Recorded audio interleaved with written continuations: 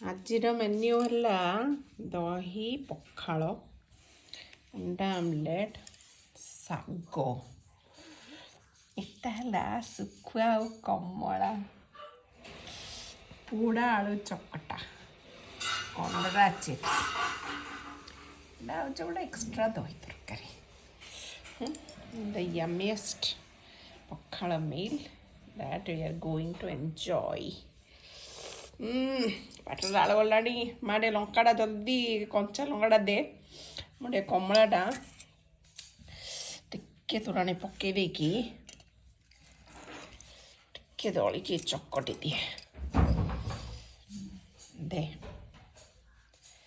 ସେଇଟା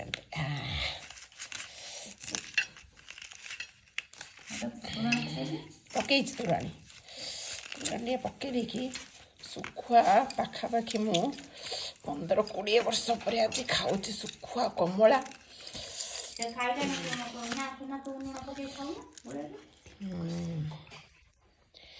ଆରେ ରସୁଣଟା ବି ଟିକେ ଦଳିଦେବା।